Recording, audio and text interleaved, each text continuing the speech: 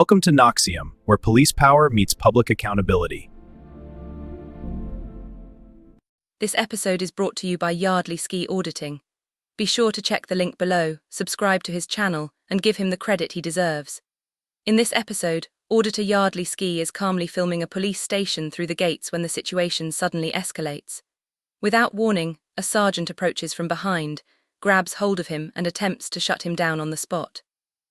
Yardley stands his ground, but the sergeant quickly loses control of the situation, detaining him in what can only be described as one of the most poorly executed and reckless displays of procedure.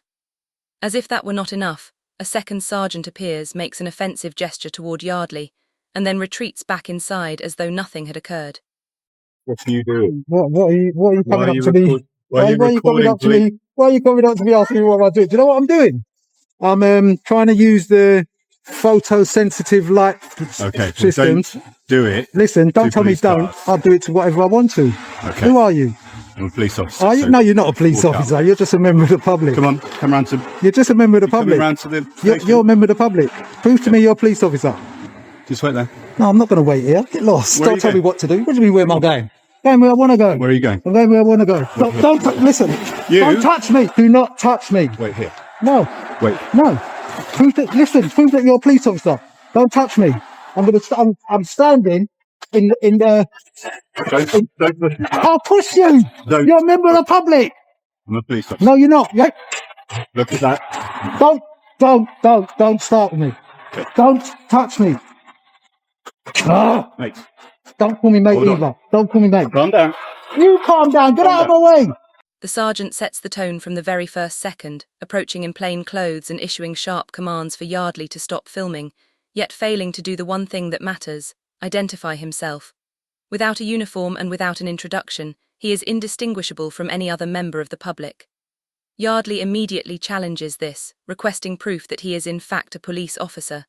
That is not obstructive behavior, it is basic self-protection. Any plain-clothed officer understands that the responsibility lies with them to clearly state who they are and why they are intervening. Instead of doing so, the sergeant escalates the situation. Yardley moves back, yet the sergeant immediately resorts to physical restraint, pushing him and obstructing his movement. This is not a controlled or lawful stop. It is a reckless use of force, applied before any authority has been properly established. When Yardley again insists on identification, he is met only with a brief flash of a badge. No clear name, no rank, and no explanation. He is assaulting me. So what's going on? What do you mean you saw him push him? There's cameras up there and I'm making sure I'm getting in the camera. He hasn't identified himself.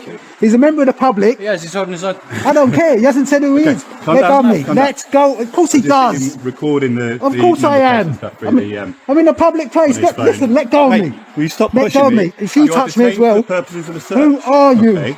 Identify yourself. I'm police officer Paul Veazey, Sergeant Veazey, based Right. at this police So station. why didn't you identify yourself when I told you to? Because I asked you what you were doing. I don't care. You're a member of the public. Until you identify yourself, you're a member of the public. I detained Is he not a for- member of the public until he identifies himself? No. Of course he is. And then he's trying to tell me, Listen to what he's saying, because he's in danger at the You minute. take your bag off, please. no. Okay, I will take your listen, bag off. Stop. If he touches me, you know this is unlawful. No, because you're detained for a search. Johnson Under Ross. what section?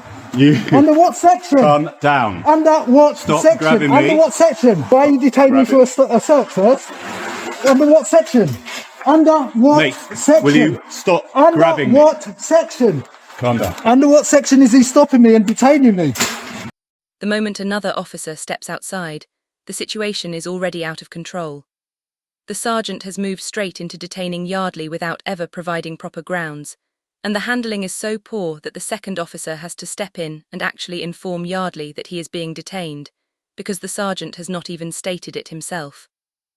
Under Section 28 of PACE, officers are required to communicate both the fact of detention and the grounds at the time it occurs, not later, not when challenged, but immediately. When Yardley asks for the most basic piece of information, under what section he is being detained, the sergeant avoids the question entirely.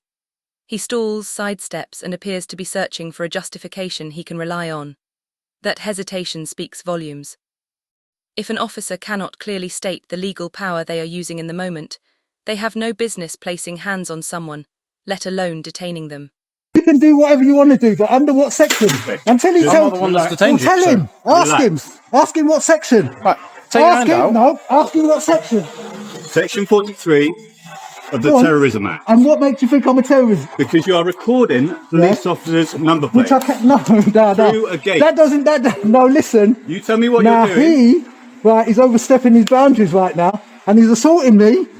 Constantly assaulting Right, me. he's told you the section now. All right then, all right then, I'll relax, all right then. Wait. Take your bag off then. Just wait. You're saying you relax, take your bag off. All right, listen, Relax. I've got a camera in my hand. I can I'm see trying that. to We've do got cameras on us. too many things at once. But why specific? But I can. You can film what you Well like. then, Why are you filming if inside I can the film station? what I like, which is just what Why you've just are you said, filming inside because the I can lawfully, I'm not doing anything wrong, illegal, nothing. No one told you were doing. Yes, you have. You said you're detaining me under Section 43. You're suspecting me of being a terrorist. You're a nutter. That's what you are. After repeatedly avoiding the question, the sergeant finally settles on Section 43 of the Terrorism Act to justify the detention. But when Yardley asks the crucial follow-up, the grounds, the sergeant claims it is because he is recording police officers' number plates. That is not just weak, it is legally meaningless. Number plates are not private information. They are displayed on vehicles in public precisely so they can be seen and, if necessary, recorded. There is no law that makes filming a number plate suspicious or criminal, let alone sufficient grounds for invoking counter-terrorism powers. In this case, the claim is not even supported by any evidence. There is nothing to indicate that Yardley was specifically targeting number plates, only that he was filming a police station through the gates, something he is fully entitled to do from a public space. You going to give anyone your details? I don't need that to do that either. You unlawfully touched me, right? And I'm going to make... What's your number? All of his numbers. Sergeant Beasley. No, go on, what's your... Sergeant Beasley. I'm going to film you. 636 AW. Where are you based at? Here. I want to stop search now. You're doing the stop search. What's your number? What's your name? I can't see your number. What's your name? I cannot see your number. There you go. I can't see it. You don't know if I've got a disability. Please tell me your number. You're filming it. Please tell me your number. 1637. Thank you. What's your name? 3461 PC Gully. Okay, I want to stop search. I want a CAD for this. You can't just come and do stuff like that. Mate, you're recording. No, don't in call a me police mate station, either. right I'm not in your the mate. front gate. I can be here. You can be here. Well but that then. doesn't make it not suspicious. I does don't it? care if it's suspicious. I can be here. I'm doing something legal. Yeah. Until no one said I that you become haven't. criminal, so you think you've got the right to just grab hold of people, twist up my arm. Ah! Look how you've twisted my arm. You just come along and just jumped on. Oh, he told you. He didn't tell me anything. Section 43 of the Terrorism Act. Under what reason? What? So that means you can just go around, stop people on the street and tell them Section 43? Can I tell you something? Go on then. If every time I try to talk, you talk over Go on, me, tell me that's then. not Just how tell me. Tell me then. Go on, As I said, tell you're me. talking over me again. Well, tell me. That's not how conversation works. Tell me then. Okay? So if you want, you can listen to what I have I am going to listen. So just tell me. You don't need to go into all that. Talking over me. I'm talking. So tell me. So as I said, I arrived here. My colleague explained again to you peace grounds, okay? And he asked me to assist with the search, which is why I did. Okay. So what was That's his grounds? happened, Okay. What was his grounds? You were filming inside the police What was the station, section? filming Section 43 of the Terrorism Act. Okay. You're filming vehicles, okay, in their rear ends, okay? And obviously there's people coming in custody, this vehicle going in custody, and that can raise suspicion, especially when a person is a bit hostile. It shouldn't raise suspicion if I'm doing nothing illegal. If I'm doing, listen to me, now you listen to me. If I'm doing nothing illegal and I don't need to tell you things, why then are you trying to say to me it's suspicious that I'm not telling you? Because I don't need to. That's law. People don't have to tell Well us, then, okay, but that so will- therefore it doesn't that- matter. okay. I'm not doing That anything will wrong. raise our Was I doing anything Suspicious wrong? behaviour is not the same as illegal. That's Was I all doing we're anything telling wrong? you you're doing. What, You're not doing how anything suspicious illegal. was I? By doing what? By looking through and filming into a police yard. Into an open gate. The officer and the sergeant persist in claiming that Yardley's behaviour was suspicious, yet they fail to grasp the most fundamental principle. Suspicion of a lawful act is not a crime, and it does not create police powers out of thin air. Yardley was filming in a public place, an activity that is entirely legal, and as such, he was under no obligation to explain himself. The sergeant then doubles down with one of the most absurd statements captured on camera. Suspicious behaviour is not the same as illegal. While that is technically correct, he presents it as though it somehow justifies his actions. In reality, it does the opposite. It demonstrates that he was fully aware that Yardley was not breaking the law, yet still proceeded with the detention under one of the most intrusive stop powers available. That is not a simple misstatement. It is an admission that his use of Section 43 had no lawful foundation. You tried to escalate it, and you have escalated. Do you know what I'm doing here? I told you already. Yeah. I'm pointing the camera, and the light sensors and the frontons are catching anything that the eye can see. That's what I'm doing here, legally. The reason why I didn't say anything to you, I'll explain this. You're in plain clothes.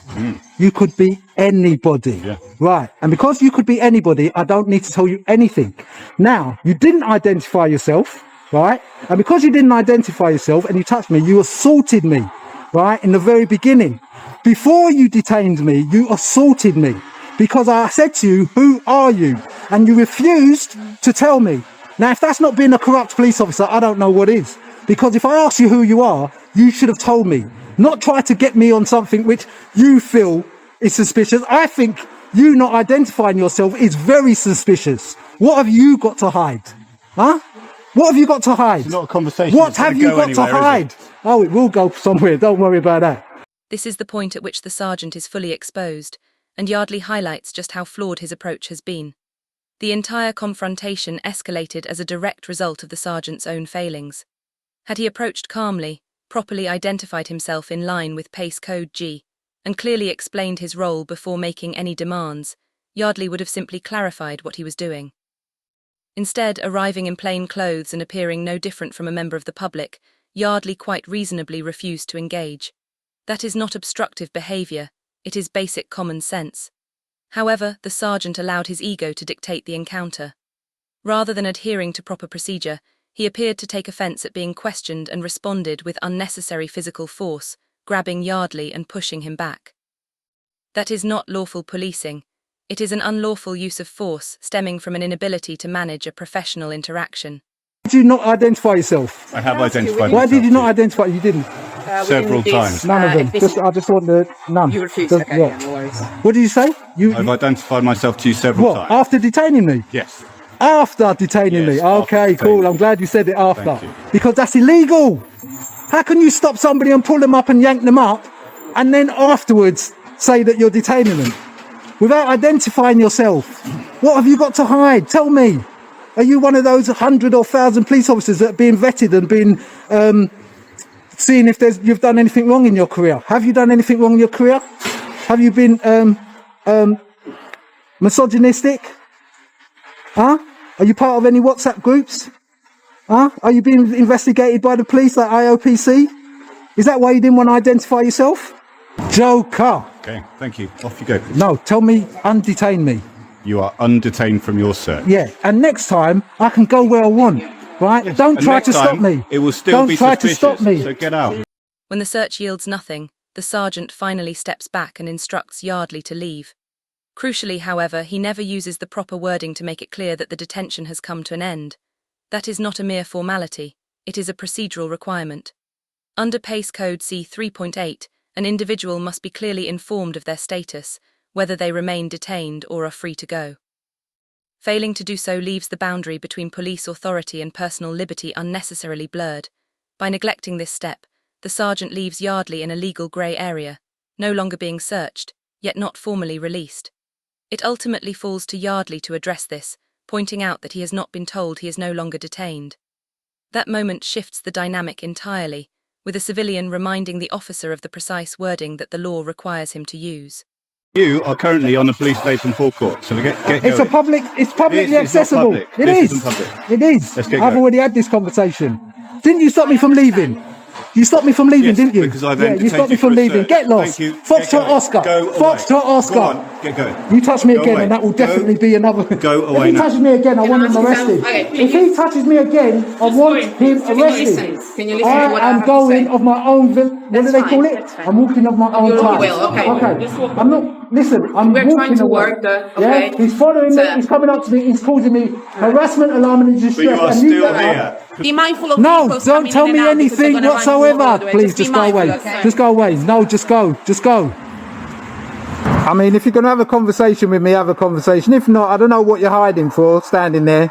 You're a sergeant. I think you need to go and get a life after saying that, Sergeant. I'm going to be here for a little while longer now. You're rude. How's your mum? How's your mum?